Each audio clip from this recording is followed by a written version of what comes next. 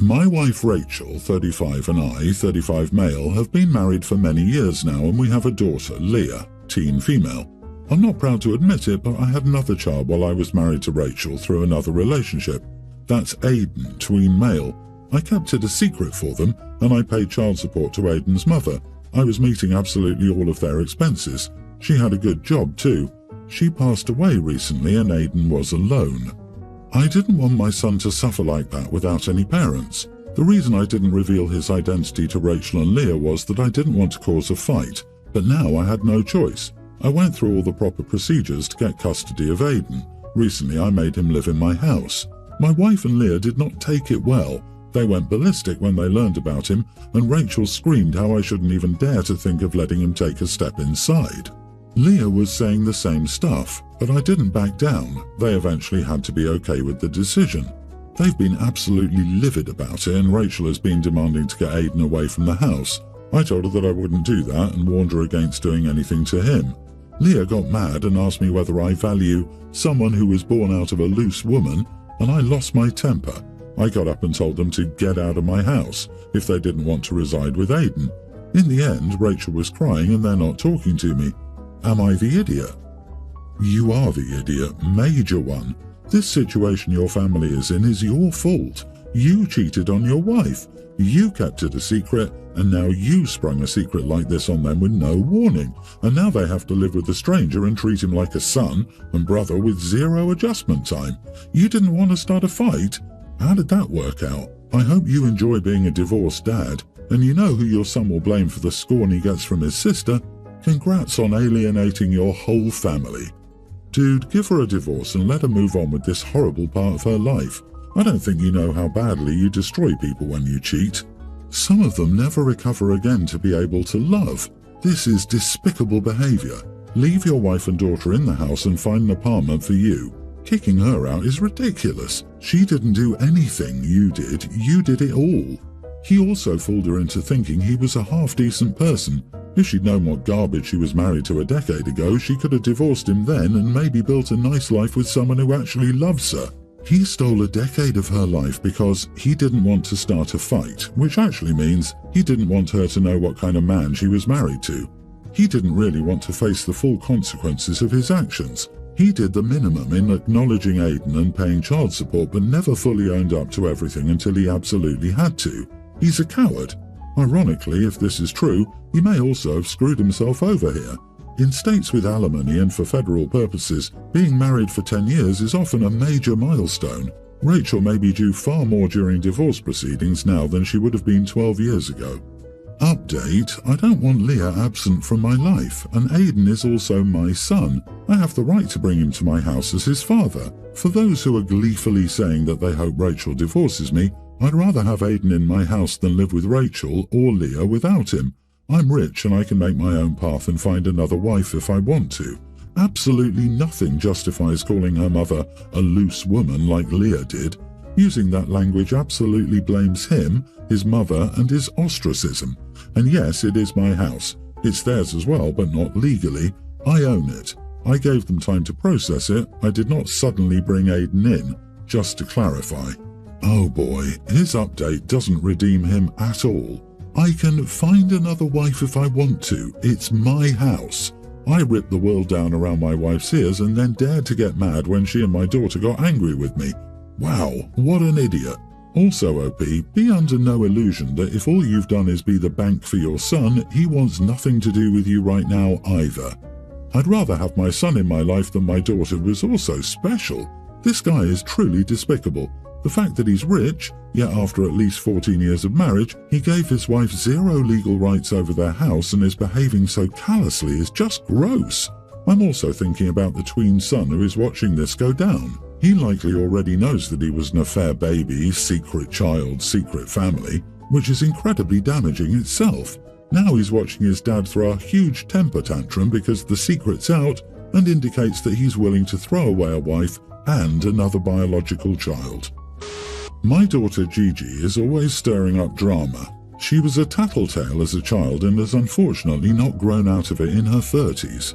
Gigi has this one-sided feud with my daughter-in-law Deb. It's gotten worse because Gigi and her son Max, preschooler, moved in recently. I will spend my breakfast and dinner listening to how much Gigi hates Debbie. Debbie is a career woman, and I don't know if grandchildren are in her future. We don't ask, but the one-sided feud is caused by how Debbie hasn't given my son a child yet and how selfish Debbie is. Now Gigi told us that she's pregnant again. This is shocking for several reasons, but mainly because I've never even heard of my daughter having a boyfriend. In the 2 weeks after Gigi announced her pregnancy, no father has been mentioned. I asked Gigi if it was a Christmas miracle about her pregnancy, and she went off on me, saying at least I'm not like Debbie and being selfish by not giving you grandbabies. I was in a short temper and I told her everyone else likes Debbie more than you because she's not just a miserable cow all the time. I'd rather have a Debbie move in with me than you or your babies because at least Debbie will work her butt off to help provide for the family. Gigi is upset because I'm not happy for her and my new grandbaby, who will now be stuck living with me. My wife thinks I'm such an idiot for saying that, and I should be happy for Gigi and not praise Debbie too much because it makes Gigi do stupid things like trying to get pregnant to one-up Debbie. I think this is the dumbest thing I've ever heard, and I refuse to apologize to Gigi for what I said. If she doesn't like it, she can move out. Not the idiot, OP. Your daughter sounds exhausting, self-centered, and honestly super shallow. Maybe your son doesn't want kids. Maybe Debbie doesn't want kids. Maybe Debbie can't have kids, or your son. Either way, it's none of Gigi's business. If the only praise she can think of for her self-worth is that she can pop babies out, unlike Debbie, I'm terrified of the conditions those children will grow in. If she's trying to gain your approval by one-upping your daughter-in-law and getting pregnant, she must not know you very well. Your wife thinks you should not praise Debbie too much because it makes Gigi do stupid things like try to get pregnant to one-up Debbie. I'm sorry? What? That sentence was so bonkers. Your wife is unhinged, and so is Gigi. The time has come. The day has arrived. The reality train is at the station. I'd be fuming if Gigi was my daughter. 100% Gigi is jealous of Debbie's life as a career woman with money who lives with her husband and not her parents while in her 30s. Gigi is a straight-up bitter hater. I tell her that it's time for her to move out and think about running her own household and providing for her children. It sounds like she doesn't have a plan to do any of those things, and she hates Debbie for having a job and proving that it's possible. Gigi needs a goddamn wake-up call. My husband and I have been married for about a year. He has a tween, Nia, and I have a younger tween, Adeline. My husband is the kind of guy who considers himself very manly. He won't do anything he considers feminine. For example, if I need tampons, I have to buy them myself because he thinks it's too feminine for him to do. However, he's a hypocrite because he does everything Nia asks him to do. For example, Nia loves doing makeup on other people, and my husband lets her use him as a model. Well, yesterday I got home to my husband kneeling in front of Nia and polishing her toenails. Adeline asked me to polish her nails for her. I was busy preparing the dinner, so I asked my husband to do it. He told me that he's not comfortable with doing this. Too feminine. I asked him why he was comfortable doing this for Nia.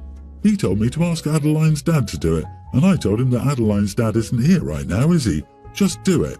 He refused again. I told him he's a jerk and a hypocrite and is showing favoritism. He called me an idiot. Am I? Why did you marry a man who's afraid of buying tampons for you?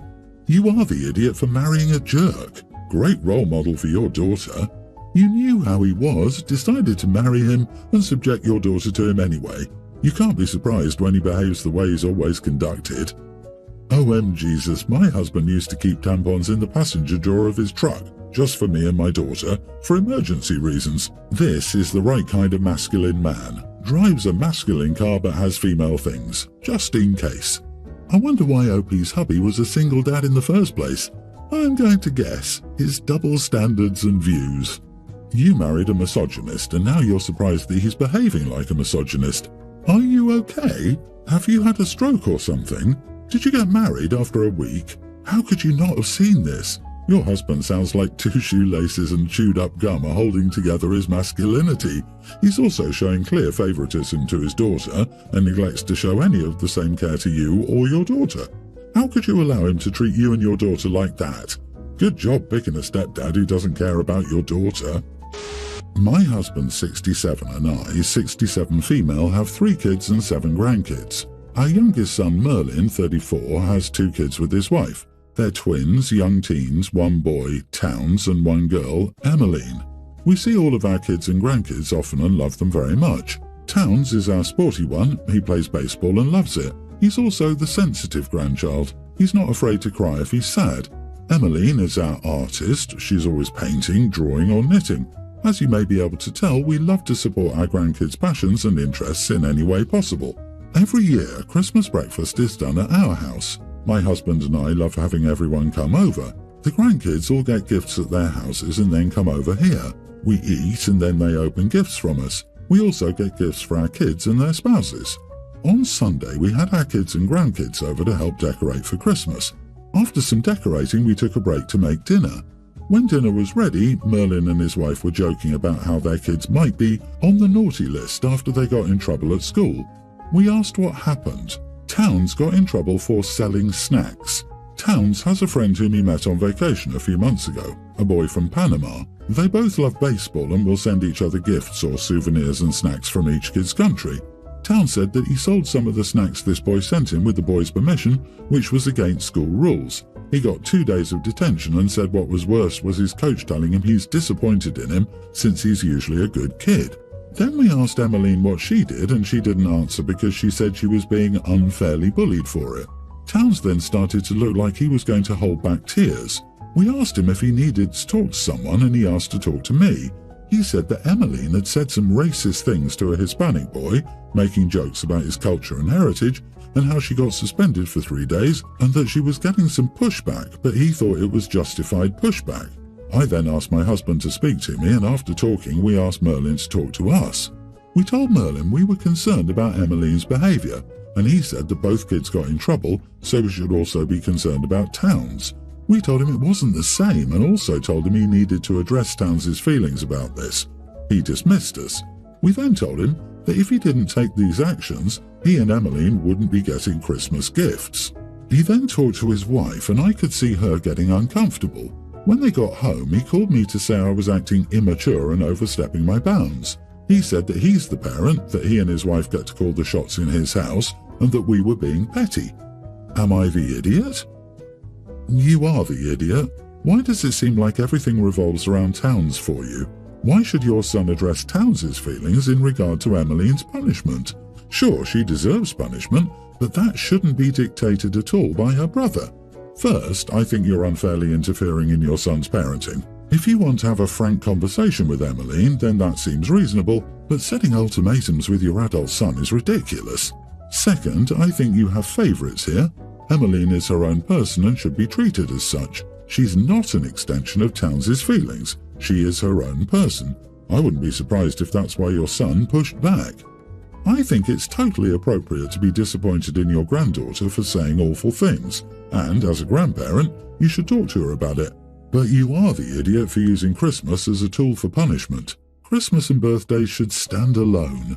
P.S. I'm curious how a kid gets 2 days of detention for selling snacks. That's crazy. Both kids received punishment from school authorities for breaking school policies. Emmeline received 3 days, 1 day more than your grandson. While it's positive your grandson talks to you about his concerns, the answer isn't for you to insert yourself, act like a superior court arbiter, and demand greater punishment, or you will withhold Christmas gifts. So manipulative. Shame on you. This is the first time I've had drama with my best friend, Trenton, both 27 males, since high school. I've known his wife Chrissy since college, and during their wedding I met Becca, who was the maid of honour, 28. She's a really cool person. She has a young grammar school-aged daughter who she brings to Trenton and Chrissy's when I'm there, so I've gotten to know Becca well. Recently I broke up with my girlfriend and I was hanging out more at Trenton's because Chrissy was pregnant. Chrissy suggested that since I don't have anyone to do things with right now, I should get closer to Becca because she likes to try new places too. Becca is fun, easy on the eyes, and would provide great company. We made plans to check out a new brewery, and I was clear that it was as friends. We texted back and forth a few times during the week leading up. Saturday comes, and 2 hours before, she calls frantically saying her kid was having a meltdown because of her dad's parents and was sick, so she had to cancel. I told her it was all good. The following week we didn't talk as much, and Chrissy asked if I was going to give the friendship another go. I said maybe. On Monday, Becca called me to apologise and asked if I wanted to check out the brewery on Friday. I said absolutely. Literally 1 hour before, she called me almost in tears, saying the babysitter cancelled and asked if I'd be okay waiting for another hour. She was going to take her kid to her parents, who lived 30 minutes away, and then would meet me. I told her I wasn't going to wait around another hour because the whole point of this was to have friends to do things with. I'd been bailed on twice, so I was going to go. She offered to have me come to her place and she'd make us a drink on the back deck and we could hang out there for the night till her kid went to bed. I said that wasn't the kind of friendship I wanted, and it just felt like our schedules were not aligning. I wanted a friend with whom I could do things consistently. My time is valuable, and I made plans that fell through 2 weekends in a row. I said maybe there was too much baggage here.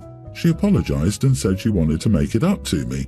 I said there was no reason to do that, we could just be casual friends like before, but if she ever wanted to hang out late at night, when she had more time, then she had my number. That was the end of it.